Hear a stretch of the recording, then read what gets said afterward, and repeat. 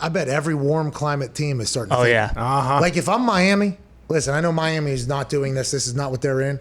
But let's say this particular regime does not work in Miami for whatever reason. I'm not saying B-Flow is not going to work or is going to work. Who knows how that'll think.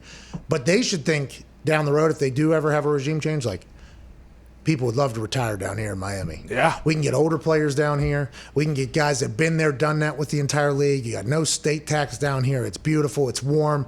We can collect. We can become a goat farm, like what Tampa's basically doing. Yeah. What Kansas City's trying to do. Yeah. I feel like there's going to be that type of idea, and then there's going to be teams that are like, all right, we're going to build young, through the draft. We're not going to be able to probably get guys to want to come ring chase with us, which is basically what all those teams.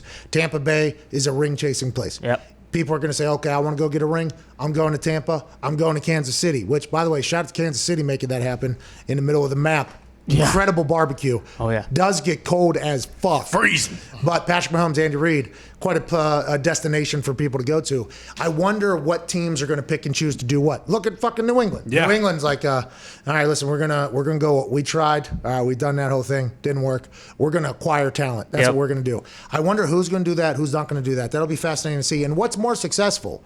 Is it the proven OGs that are somehow taking pay cuts but also getting paid in the back end somehow that'll continue to win, or will it be the teams that build through the draft and kind of go young and can't necessarily get the big time free agents to come to town? What do you think? Well, Tom? even like a team like the Chargers, like they have their quarterback in Herbert, so it's like, hey, if we know we have this guy for the next X amount of years, like what we're in LA, same deal, brand new stadium, like who's to say they won't do it as well? And that defense is very good.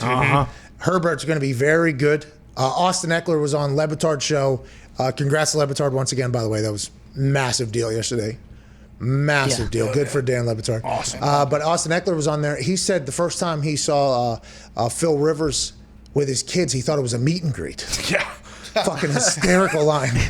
That's one of my favorite things I've ever heard in my entire life. Though I thought it was like a meet and greet situation. It turns out it was just his kids or whatever. It's like, okay, Austin Eckler, another stud in there. They have Keenan Allen, right? Yep. Wide receiver. Mike Williams. They lose Hunter Henry, though, which is a big deal. Now he goes to New England. But there's going to be some teams that are going to be very good that are maybe 1 to 2 players you think away, 1 injury away. Because injuries happen in the NFL, and it is a bummer. Listen, it is not good. I seen Peyton get hurt, and we almost lost every fucking game. Mm-hmm.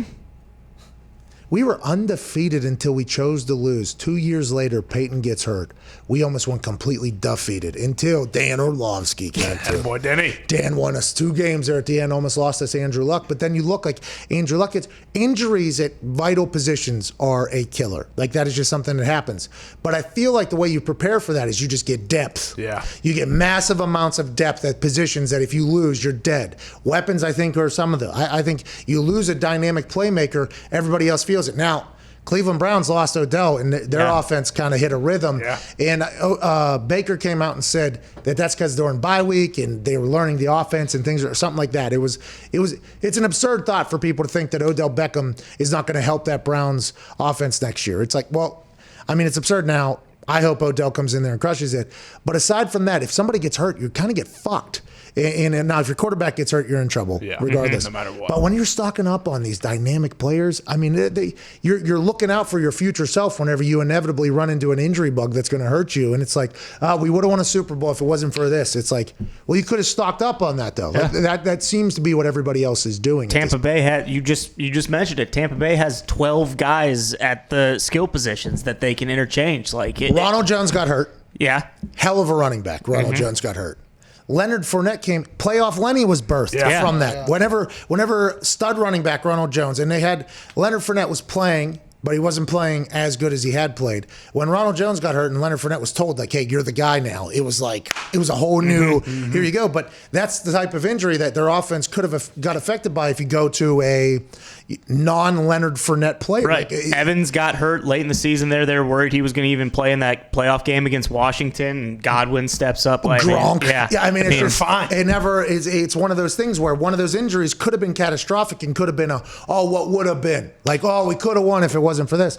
Those teams are like, no, if they get hurt, no. Hey, thank you for your run. Now, go take 2-3 weeks, take a breather because we're going to need you because old buddy's about to get all these. Oh, yeah, he's an all-pro as well, by the way. Yeah. It's just, it's fascinating to see the ideals behind it, because I think there's going to be some people who old school, they came up through the scouting, like drafting is the big deal. And listen, drafting is a big deal. Okay. I think you have to hit on some draft picks to continue to build your team, and undrafted free agents and all that shit. I think it's a big deal, but I think it's going to become a situation where the people that are building upon that have to be very, very patient. In the world that we live in, will they be able to be patient enough? That's like for the New York Jets, Zach Wilson, that's going to be a very young team. Will the Jets fans in media and everything over there be patient with them growing? I doubt it. No way. Probably not. I doubt it.